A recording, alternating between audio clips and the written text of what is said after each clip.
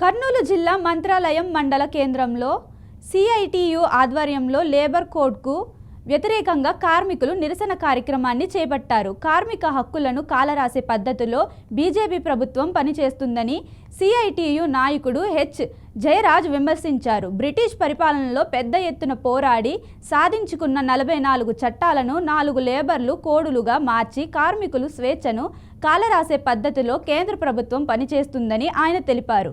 ఉన్న హక్కులు లేకుండా చేస్తామంటే కార్మిక వర్గం చేతులు ముడుచుకుని కూర్చోదని ప్రభుత్వాన్ని హెచ్చరించారు. అనంతరం కేంద్ర బడ్జెట్ లేబర్ కోడ్ ప్రతులను సిఐటియు నాయకులు దహనం చేశారు.